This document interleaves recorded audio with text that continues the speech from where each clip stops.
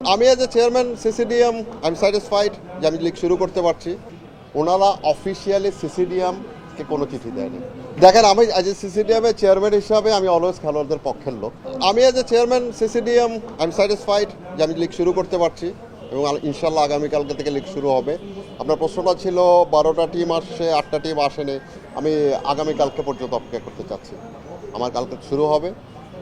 আমি এখনও আশাবাদী, হয়তো বা আসতে পারে, হয়তো বা না।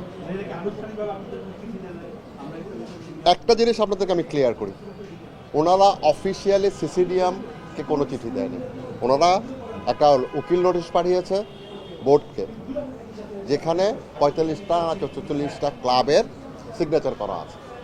সিসিডিএমের আইনে কি বলে আপনাদের একটু অতীত মনে করায় দিই।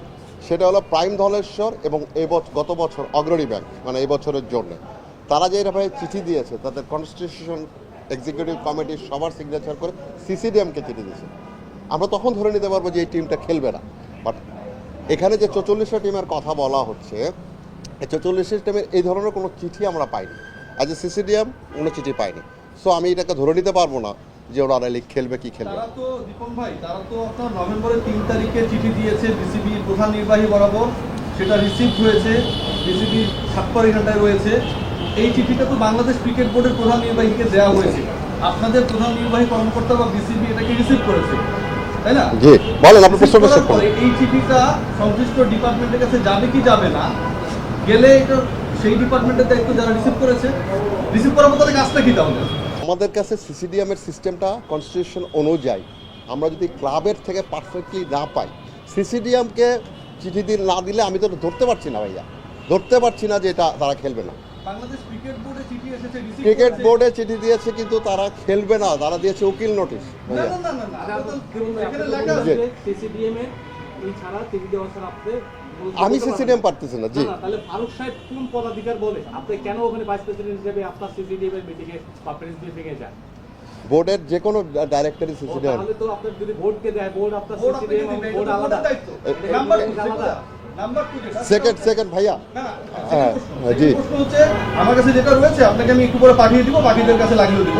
দিস ইজ নট আ উকিল নোটিশ, আর আপনি যেটাই বলতেছেন। আচ্ছা, এটা হচ্ছে to the chief executive officer Bangladesh cricket board, এবং এখানে সাবজেক্ট লেখা আছে এই লেটারে, notice of the refraining from participating in all upcoming domestic cricket league until the gross irregularities, constitutional violations. আচ্ছা ভাইয়া, আমি এটার উত্তর দিয়ে দিই। আই আন্ডারস্ট্যান্ড আপনি চিঠি পাইলেন না কেন? আমি উকিল নোটিশ, মানে জি, আপনি এই চিঠি দেখেন না। আমি চিঠি দেখিনি। তাহলে তো এটা আপনাদের সমস্যা। এটা হলো আপনি বেস্ট থিং ইজ দ্যাট অবশ্যই আমাকে আপনি এগ্রি করেন কিনা যে Yeah. ক্রিকেট বোর্ডের সমস্যা? দেখেন, ক্রিকেট বোর্ডকে আমাদেরকে এটা জানানো হয়নি। ক্রিকেট বোর্ডের সমস্যা তার হতে পারে, তার কারণে আপনি 8টা ক্লাবকে আপনি পানিশ করবেন? তার মানে আপনি আমি আমি পানিশ করছি না তো। আপনি ভুল যাচ্ছেন, আমি পানিশ করছি না। সমস্যার কারণে যদি আপনি বলেন চিঠি পাই নাই, হ্যাঁ। এই সমস্যা তো ক্রিকেট বোর্ডের ডিরেক্টর হিসেবে আপনারও। দেখুন, আমি সিসিডিএম এর চেয়ারম্যান হিসেবে যা রিসিভ করেছি, যা পেয়েছি, সেই অনুযায়ী আমি ফিকচার আপনি করেছি। জিজ্ঞেস করেছেন আপনি চিফ এক্সিকিউটিভ অফিসারকে যে এই চিঠিটা আপনি পেলেন না কেন? এটা যদি বলেন আমি আসলে জিজ্ঞাসা করি। আপনি জিজ্ঞেস করেন না? দিকে ক্রিকেটাররাও এখানে আন্দোলন করছে জি। এবং আপনাদের সাথে কথা বলেই আসছে। এবং একটু আগে এখানে ট্রফি উন্মোচন করলেন। জি, আপনিও সেখানে ট্রফি উন্মোচন করলেন। মানে এই দুটো জিনিস আপনি একই জায়গায় দাঁড়ায় দেখতেছেন। মানে এটা আপনাদের দেখেন, আমি আজ সিসিডিএম এর চেয়ারম্যান হিসাবে আমি অলওয়েজ খেলোয়াড়দের পক্ষের লোক।